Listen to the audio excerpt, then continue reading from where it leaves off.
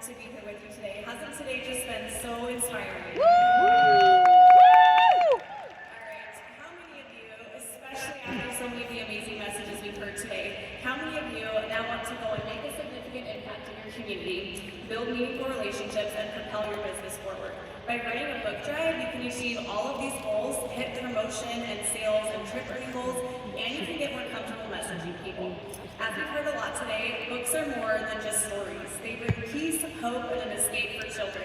Do you remember Dr. Amy's presentation today? Books can change the trajectory of children's lives. They can be a vital coping mechanism, helping kids through tough times and boosting their educational success. Books are so powerful, especially our paper pie books, right? So one of my goals is to get books into as many kids' hands as possible, especially those who might not have them, and doing a book drive is one of the best ways to make this happen. So one of my friends who grew up in the foster care system had this to say about the power of books.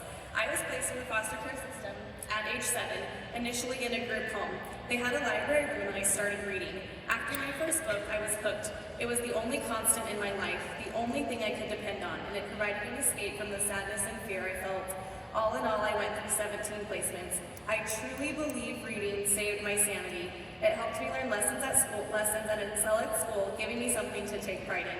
Books are so important and can be a life preserver for children who need guidance or a tool for dealing with hard times.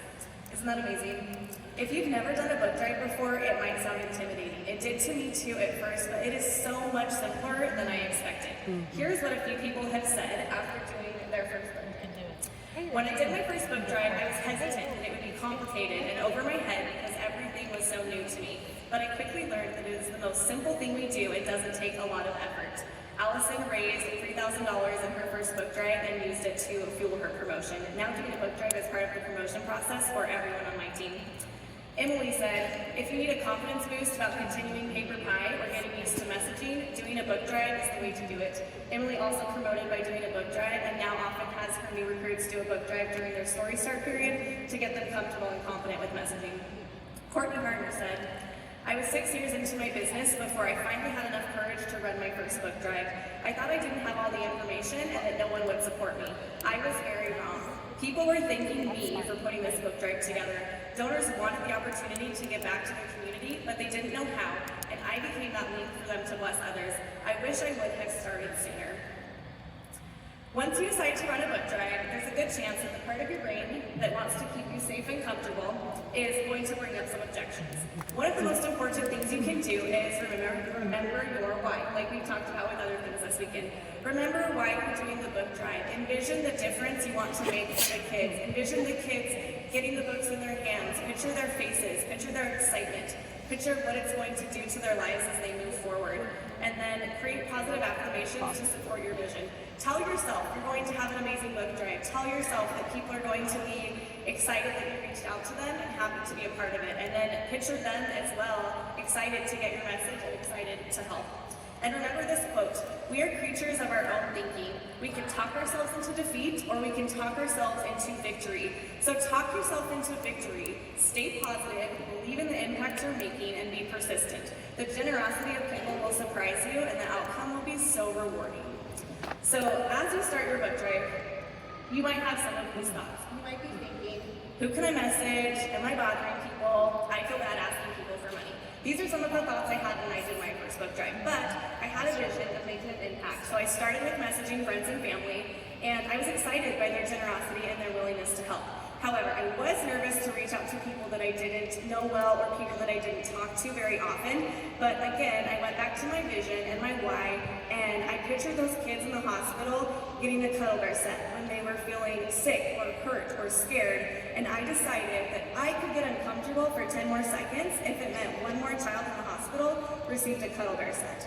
So I decided that my discomfort and fear I stopped worrying about my discomfort and fear because what I was doing, my mission, mattered more. And that's what I try to remember as I go throughout my book drives.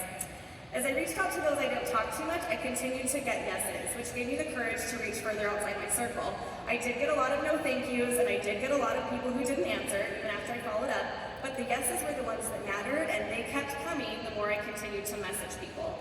And people were not just saying yes, but they were genuinely thanking me for letting them be a part of this and telling me how grateful they were that I reached out and what an incredible thing it was that I was doing. So I realized that I wasn't just asking them for something, I was giving them an easy way to serve others and an opportunity to make a difference. And like Courtney said, there's so many people out there who want to do that, and sometimes they just don't know how, or they don't have time to figure that out on their own. And I also realized that I was giving them those same uplifting and heartwarming feelings that I feel when I do a book drive. I was giving them the opportunity to feel that as well. So eventually I decided to message every single person in my phone contacts and on my Facebook friends list. And I was blown away by the response and the generosity of so many people, even those people I didn't know well or hadn't talked to in forever. I remember there was a guy from high school that I messaged that I literally had not talked to in 15 years, and I almost chickened out and didn't send the message. But I got brave, remember those kids in the hospital, and I sent the message, and he messaged me back, so excited, donated $50, told me, thank you so much for reaching out to me, this is the most incredible thing you're doing, I'm so happy to be a part of it. And I don't think I was going to get emotional when I was doing this. But I found that over and over again as I reached out to people I was hesitant to message, thanked me for messaging them, and they donated generously. And I learned that if you try to predict who's going to donate, you're going to miss a lot of willing participants. So this is the results of my first book drive. Right at the beginning, I remember it did seem like it was going a little bit slow, and I thought, okay, well, maybe I'll be able to get a few kids some books and some bears. But I kept going and I kept following up, and it turned into this. So, and it's fairly normal too for teammates when they're starting their first book drive to tell me, oh, it's going kind of slow, I haven't heard back from very many people, I have maybe $100 in donations, I don't know if this is going to work for me.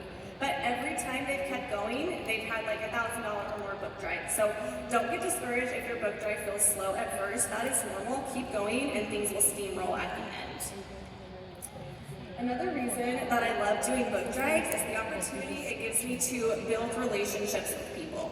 Each time I hear back from someone, whether they're willing to donate or not, I make sure that that is not the end of the conversation. And I try to get to know them better and make a connection, and then I try to find out how I might be able to bless their life in another way. So I typically ask, how are you doing? What's new with you? I used to just ask, how are you doing? But adding on the end, what's new with you? People just have started like spilling everything to me. And it's been so great, and it's given me so many ways to connect with people. So I chat with them a while, I connect, and then I try to find a way to serve them. Do they need free books? If they say they're unable to donate because budgets are tight, I say, I totally get tight budgets. I would love to help your family get free books. Is that something you'd be interested in? If they did donate, I say, thank you so much for helping me get books to these kids. I would love to help your kids get free books too. Are you interested in doing a party? I'm giving all my donors, $30 extra in free books for being a donor.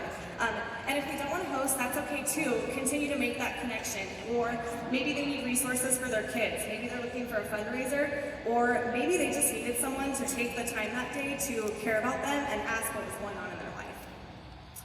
Building relationships with others was also an immense blessing last fall when I wanted to make my Cuddle Bear book drive bigger than it had been in the past. So about a year or two ago, I had met a lady on the airplane named Ray, and I had gotten brave and decided to tell her all about what I did with Paper Pie. And it turns out she has her own podcast, and she is a marketing professional, and we built a good relationship, and we stayed friends. And so when I wanted to make this book drive bigger, I reached out to her to see if she could connect me to individuals or organizations who may be able to help, and she did. And she connected me to an organization with, after so much follow-up, don't forget follow-up, they donated $3,500, and along with that and donations from other individuals allowed me to stock the hospital for the year worth of books that they needed, like I had wanted to do.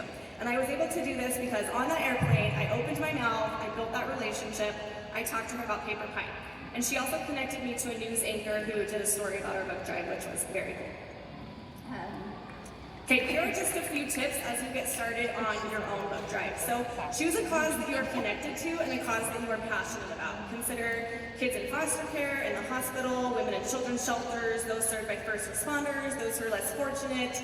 There's really an extensive list. And then request a specific donation amount. This makes it easier for people to contribute, and then they don't have to try to figure out what the right donation amount is.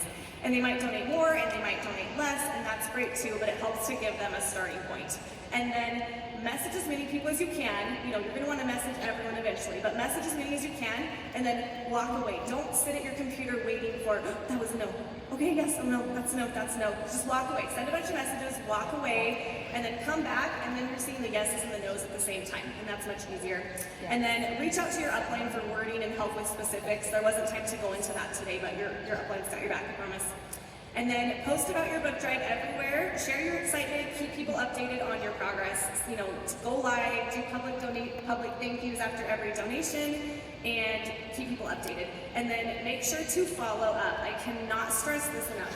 Here are some of the book drives that I've done in the past, and they would have been significantly smaller if I did not follow up with people. So when you're doing a book drive, silence is normal and it's not a no. Let me say that again. When you're doing a book drive, silence is normal. It does not mean no. Follow up with people who don't respond initially, and follow up with people who say they're going to donate and then they don't. People just get busy, people are distracted. Most of your donations are going to come from follow-ups. So remember, doing a book drive is going to help you make a difference, boost your confidence, help you build relationships with the people you're talking to. It's going to provide other people with an easy opportunity to serve others and to feel joy. And most importantly, it's going to offer hope and a brighter future to the children who receive the books. Let's make a difference together. Are you ready to start your book drive?